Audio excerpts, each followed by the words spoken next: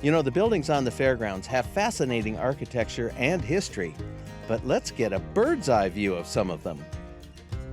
Since we have such a variety of buildings that date way back in the late 1800s up to today, I think it's the juxtaposition of those facilities and their age that really bring that history to life, and it caters, I think, to a very, very large audience. And I just don't think you can do that with just a modern facility where everything was all done at about the same time. So we're really lucky that the support that we have and the popularity that we have, and really hope that continues. What I've got out right now is really almost a little bit of a Bible for me, I guess. It's basically some of the old building plans.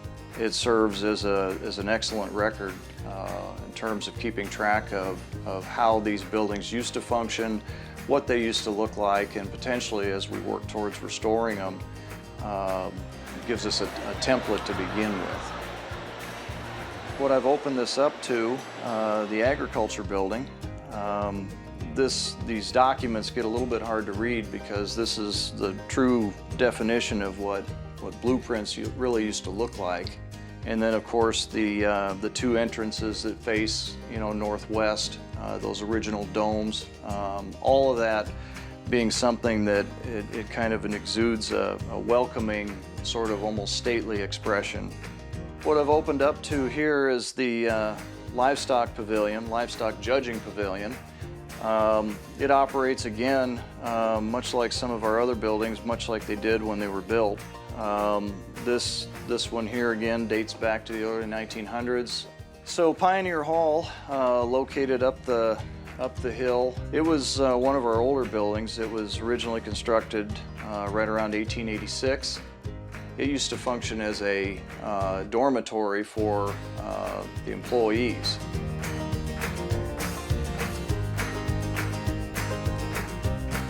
Right here is the original floor plan of the grandstand and educational building, more formally now just being called the grandstand. It was a facility that was built right around 1909.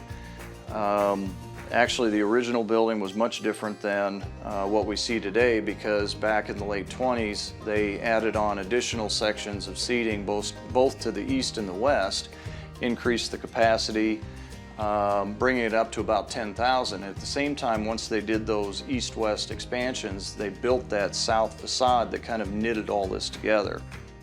Jacobson was done back in 2009. The Jacobson Center, multi-purpose facility, certainly during the fair, focuses on our horse shows. One of the attributes inside that was quite a conversation back in several years ago was integrating that skylight into the main part of the space. Those quilt blocks that you see installed on that building are representative of all 99 counties in the state of Iowa. For me anyway, I really like the connection that building has to this entire state, which certainly makes a lot of sense being the Iowa State Fair.